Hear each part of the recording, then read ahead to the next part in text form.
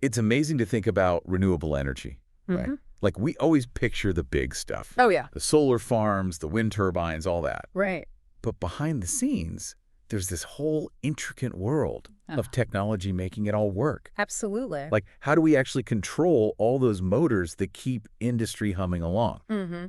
And that's what we're diving into today, the global medium voltage AC drives market. That's right. We've got a market report here that's really dug deep into this sector. So we're going to figure out, like, how big is this market? Where's it headed? Yeah. And what's really driving all this growth? Exactly. Now, when we talk about these medium voltage AC drives, they're like, think of them as the brains behind those big industrial motors. Ooh, okay. So instead of just flipping a switch on or off, they give you the super precise control over the motor's speed, torque, and all that. Makes sense. Huge energy savings. Oh, I bet. And better performance across all kinds of industries, like giving those motors a brain and a really sensitive gas pedal. So it's like fine-tuning it instead of just go. Exactly. So let's look at the numbers, shall we? The report says that in 2025, this market is going to be worth a whopping $2,460 million USD globally. Wow. That's a lot of drives. And get this, it's projected to hit 10.5 million USD by 2033. That's like a huge jump in just a few years. It is. And if you break that down, the CNGR, the compound annual growth rate, sits at a pretty healthy 6.3% between 2025 and 2033. So it's steadily climbing, over 6% every year for almost a decade. That's right. And the report's crystal clear on what's behind this. Quick technology integration with renewable energy, that's the kill for this growth. So basically, as renewables rise, so do these drives. Right, so it's not just about slapping up solar panels. You need the smarts to manage all that power, especially in heavy industries. You got it. And these drives, they make sure that running industries on cleaner energy is, actually efficient and makes economic sense. So it's win-win, good for the planet and good for the bottom line. Precisely. Now, zooming out to the global picture, the market's not exactly the same everywhere. The report breaks it down by region, starting with North America. Okay, what's happening over there? Well, North America in 2025 is sitting pretty, holding over 29% of the global market, valued at $713.40 million USD. But their projected growth, their CIGR, is a bit more relaxed, like 4.8%. Still growing, but maybe not at warp speed compared to others. How about Europe? Euro's holding its own too, over 24% global share, with a market size of $590.40 million USD in 2025. And their CAGR is also around 4.8%. So both these regions are established markets expanding at a steady clip. Right, so where's the real action? Where's it really booming? It feels like Asia-Pacific might be the hotspot, right? You're absolutely right. APAC is commanding about 37% of global revenue, clocking in at $910.20 million USD in 2025. And they're projected to grow like crazy, with a CAGR of 8.2%. That signals a serious expansion in that part of the world. Wow, 8.2% is pretty impressive. Maybe it's because of government initiatives or like a big push for modernizing industries in the region? It's very possible. It definitely lines up with the rapid industrialization we're seeing in a lot of APAC economies. That makes sense. What's happening in the other parts of the world? South America, the Middle East, Africa? South America's coming in at $93.48 million USD in 2025, with a CAGR of 6.6%. The Middle East is at $98.4 billion USD, a little higher TGR at 6.8%. And Africa is at $54.12 million USD, CAGR of 6%.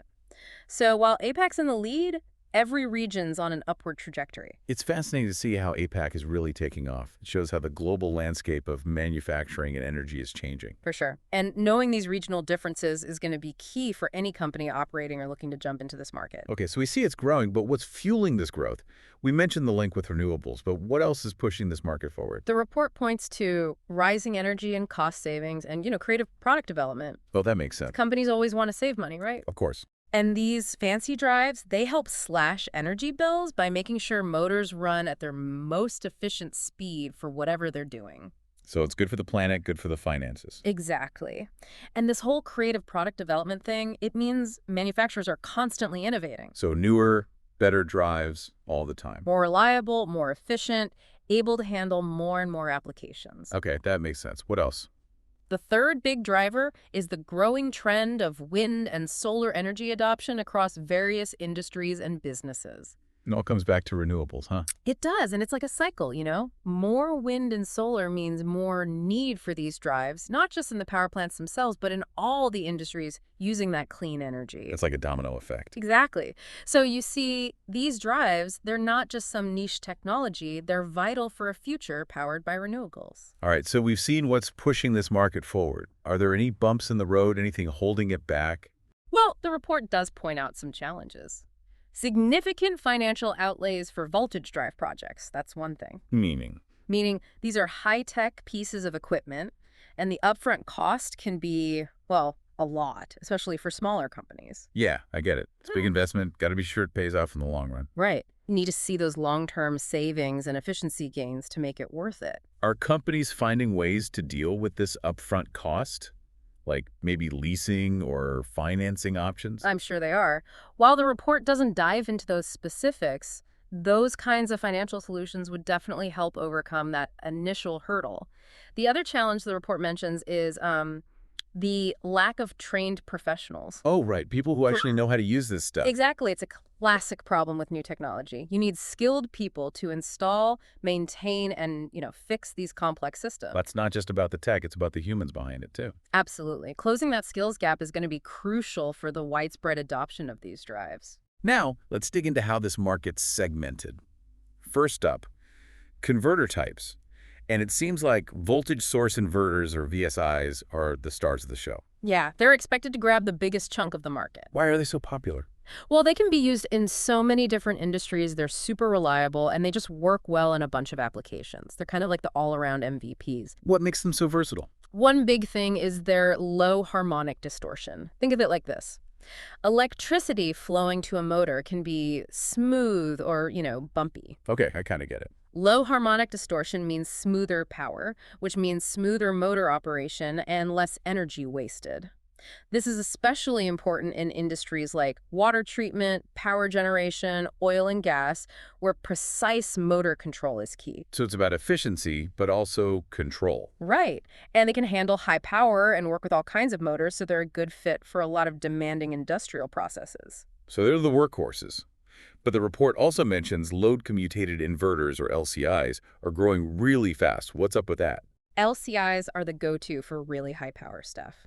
They're especially good with big synchronous motors and generators. So like the really big machines. Exactly. The Yeah. ones you find in mining, maritime, large-scale power generation. They can handle massive power without breaking a sweat, which is crucial when reliability is non-negotiable.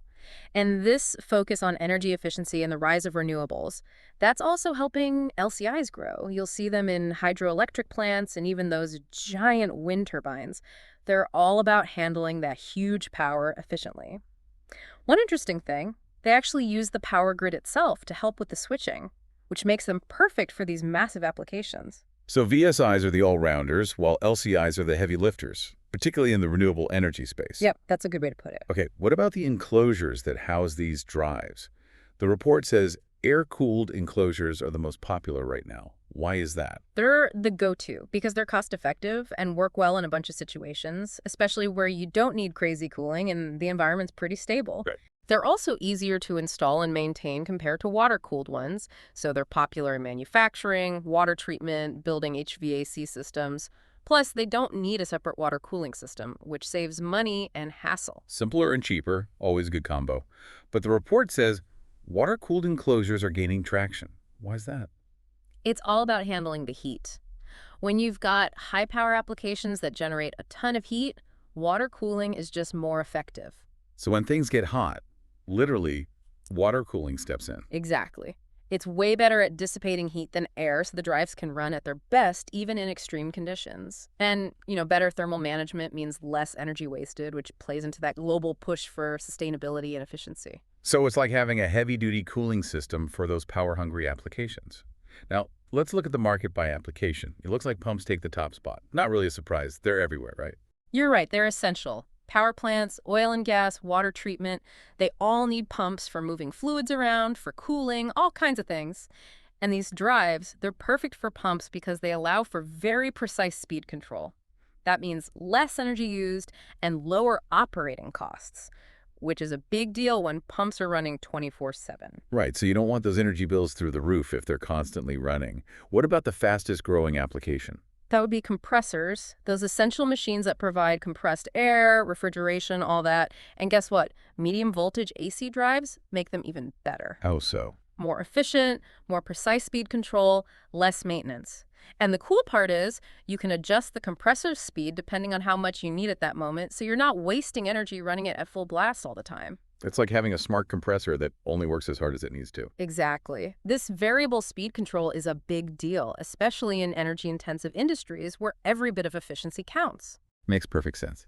Now, who's actually using all these drives? Looks like the oil and gas industry is the biggest customer right now. It is. They're all about those heavy-duty machines, for drilling, pumping, refining. It's a power-hungry industry, and these drives give them the precise control, the energy savings, and the reliability they need. And those oil rigs and refineries, those can be pretty harsh environments, right? They can. These drives are built to handle that, those high power levels and tough conditions. Plus, oil and gas operations often run nonstop, so minimizing downtime is critical. These drives help them do just that. So reliability is key in that world. What end user segment is growing the fastest? That would be metal and mining. Think huge machines for crushing, grinding, moving mountains of stuff. Another power-hungry industry. What's driving the growth there? It's all about boosting performance, controlling those massive machines precisely, and, you guessed it, energy efficiency. Plus, the mining industry is getting more serious about sustainability, and these drives with their smart monitoring and energy-saving features are right up their alley. So efficiency and sustainability are the big winners across all these different segments. It's a global trend that's shaping everything. Last but not least, let's look at voltage ranges. The report says the 3 kV to 7 kV segment is the most popular. Why that range? It's the sweet spot for a lot of industries: manufacturing, water treatment, HVAC in buildings. It's versatile, works for common applications like compressors, fans, pumps. So it covers a lot of bases. It does. And compared to higher voltage drives, these are more affordable and easier to manage, which is a big plus for businesses with moderate energy needs. They still get that precise control and energy savings, though. So it's a practical choice for many. What about the fastest growing voltage segment? That's the 7.1 kV to 14 kV range. We're talking big power here, the kind you need for mining, power generation, some serious oil and gas operations. The big leagues. Exactly. These drives can handle those huge power demands without wasting a lot of energy. Plus, the rise of smart grids and renewable energy integration, that plays a role too, because they often operate at these higher voltages. And thanks to advancements in power electronics and control systems, these higher voltage drives are becoming even more capable and widely used. So as industries demand more power, these higher voltage drives are stepping up to the challenge. Absolutely. Now, let's get into the nitty-gritty of some specific regions and countries. We know North America is leading the pack, over 29% of the market share. Why is that? Right, what's going on there? Well, they've been focused on energy efficiency in their industries for a long time, especially the US and Canada. They've got established industrial sectors that are always looking for ways to optimize energy use. And don't forget those strict government regulations pushing for energy savings. That plays a big role too. It's like a perfect storm for these drives to thrive. And the report gives us even more detail, with market sizes and growth rates for the US, Canada, and Mexico. The U.S. market in 2025 was 562.87 million USD, growing steadily at a CAGR of 4.6%. Makes sense, right? Huge demand for efficient systems there. Canada's market was 85.61 million USD, but growing a bit faster at a CAGR of 5.6%. They're investing heavily in renewables and new technology, so that's probably a factor. And Mexico's at 64.92 million USD with a CAGR of 5.3%. So even within North America, there are differences in how quickly this technology is being adopted.